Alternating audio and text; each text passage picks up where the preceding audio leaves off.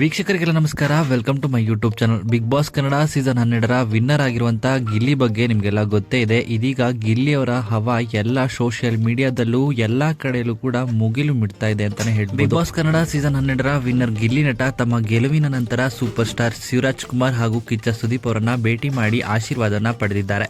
ಈ ಇಬ್ಬರು ಹಿರಿಯ ನಟರು ಗಿಲ್ಲಿಯ ಬದುಕಿಗೆ ದಾರಿದೀಪ ಅಂತಾನೆ ಹೇಳ್ಬೋದು. ಇಬ್ಬರು ತಾರೆಯರ ಶುಭ ಹಾರೈಕೆಯಿಂದ ಗಿಲ್ಲಿ ಅವರು ಕೂಡ ಖುಷಿ ಪಟ್ಟಿದ್ದಾರೆ. ವಿನ್ನರ್ ಆಗಿ ಹೊರಹೊಮ್ಮಿರುವಂತಹ ಗಿಲ್ಲಿ ನಟ ಅವರು ಇತ್ತೀಚೆಗೆ ತಮ್ಮ ಹುಟ್ಟೂರಿನಲ್ಲಿ ದೊಡ್ಡದಾದ ಒಂದು ರ್ಯಾಲಿಯನ್ನ ಮಾಡಿದ್ರು. ಆ ಬಳಿಕ ಅವರು ಮರಳಿ ಬೆಂಗಳೂರಿಗೆ ಬಂದಿದ್ದರು. ಆಗ ಶಿವರಾಜ್ ಕುಮಾರ್ ಹಾಗೂ ಸುದೀಪ್ ಅವರನ್ನ ಭೇಟಿ ಮಾಡಿ ಆಶೀರ್ವಾದವನ್ನ ಕೂಡ ಪಡೆದಿದ್ದಾರೆ. ಇಬ್ಬರು ಗಿಲ್ಲಿ ಬದುಕಿಗೆ ದಾರಿದೀಪ ಆದವರು. ಹೀಗಾಗಿ ಅವರು ಗಿಲ್ಲಿಯನ್ನ ಭೇಟಿ ಮಾಡಿದ್ದಾರೆ. ಗಿಲ್ಲಿ ನಟ ಅವರಿಗೆ ಶಿವರಾಜ್ ಕುಮಾರ್ ಅವರು ಮೊದಲೇ ಪರಿಚಯ ಅಂತಾನೆ ಹೇಳ್ಬೋದು. ಜಿ ಕನ್ನಡದಲ್ಲಿ ಪ್ರಸಾರವಾಗ್ತಿದ್ದಂತ ಡಿಕೆಡಿಯಲ್ಲಿ ವೇದಿಕೆ ಮೇಲೂ ಕೂಡ ಶಿವರಾಜ್ ಕುಮಾರ್ ಅವರು ಜಡ್ಜ್ ಸ್ಥಾನದಲ್ಲಿ ಇದ್ರು.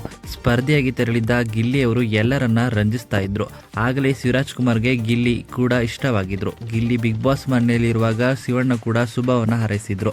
ಗಿಲ್ಲಿನೇ ಗೆಲ್ಲೋದು ಕೂಡ ಅಂತ ಹೇಳಿದ್ರು. ಹೊರ ಬಂದ ಬಳಿಕ ಗಿಲ್ಲಿಗೆ ಈ ವಿಷಯ ಗೊತ್ತಾಗಿದೆ. ಹೀಗಾಗಿ ತಕ್ಷಣವೇ ಶಿವಣ್ಣ ಹಾಗೂ ಗೀತಕ್ಕನ ಭೇಟಿ ಮಾಡಿದ್ದಾರೆ ಗಿಲ್ಲಿ ಅವರು. ಜೊತೆಗೆ ಸುದೀಪ್ ಅವರನ್ನು ಕೂಡ ಗಿಲ್ಲಿ ಭೇಟಿ ಮಾಡಿದ್ದಾರೆ. ಬಿಗ್ ಬಾಸ್ ಮನೆಯಲ್ಲಿರುವಾಗ ಎಲ್ಲ ವಿಷಯಗಳನ್ನ ಸುದೀಪ್ ಮನಬಿಚ್ಚಿ ಮಾತನಾಡಲು ಸಾಧ್ಯವಿಲ್ಲ. ಈ ಕಾರಣದಿಂದ ಬಿಗ್ ಬಾಸ್ ನಿಂದ ಹೊರಬಂದ ಬಳಿಕ ಗಿಲ್ಲಿ ಹೋಗಿ ಸುದೀಪ್ನ ಭೇಟಿ ಮಾಡಿದ್ದಾರೆ.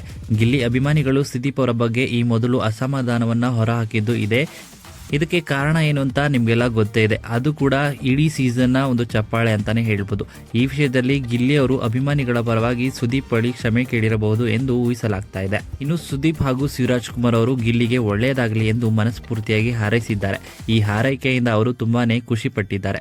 ಇನ್ನಷ್ಟು ಸಿನಿಮಾ ಆಫರ್ಗಳು ಅವರನ್ನ ಹುಡುಕಿ ಬರುವಂತಹ ಸಾಧ್ಯತೆ ಕೂಡ ಇದೆ.